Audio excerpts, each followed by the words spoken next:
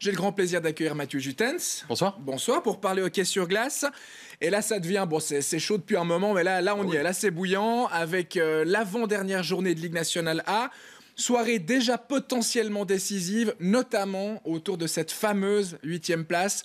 Si on a suivi, pour ceux qui ont suivi, Bienne est passé hier à la 8e place, a la possibilité ce soir, mathématiquement, de l'assurer. Tout juste, vous avez tout dit, ou presque. Je vais rajouter quand même qu'il faut une défaite de Cloton et une victoire de Bienne à Langnau pour connaître ce scénario.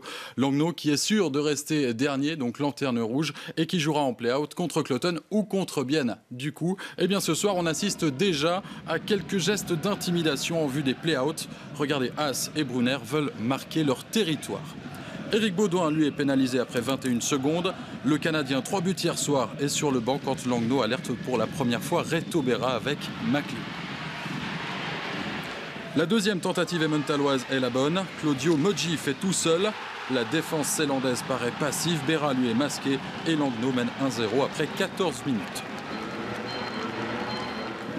Dans le deuxième tiers, il faut un arrêt superbe de Reto Berra pour que Bienne reste au contact. C'était encore sur une occasion signée des frères Moggi.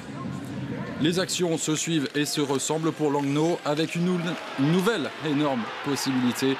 Regardez, cette fois, Reto Berra est sauvé par son poteau, comme le confirme ce ralenti. Langnau continue son pressing et donc sa domination. Le 2-0 est inscrit par Adrian Gerber. À ce moment-là, franchement, David, le score paraît assez logique au vu du match. Avant le dernier tiers, Jacob Mikflikier se prépare pour vivre une troisième période de folie. Les Biennois trouvent d'abord la solution grâce à Mathieu Chantré. Au départ de l'action, il est aussi à la conclusion. Bienne réduit le score en powerplay à 17 minutes de la fin.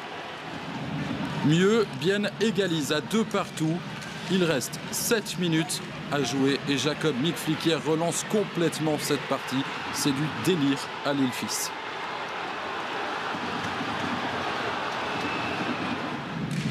Un match qui tourne encore quelques instants plus tard. Bienne mène pour la première fois du match à 5 minutes de la fin, s'il vous plaît. Ce 3-2 est encore signé Mikflikier. Le public biennois, lui, est en liesse. Et le score final sera finalement de 4-2. Thomas Beumlé, le gardien, vient de sortir, donc le but de Langnau est vide, mais ça permet d'avoir un joueur de plus sur la glace. Et il permet surtout ce dernier but gag attribué finalement à Éric Baudouin.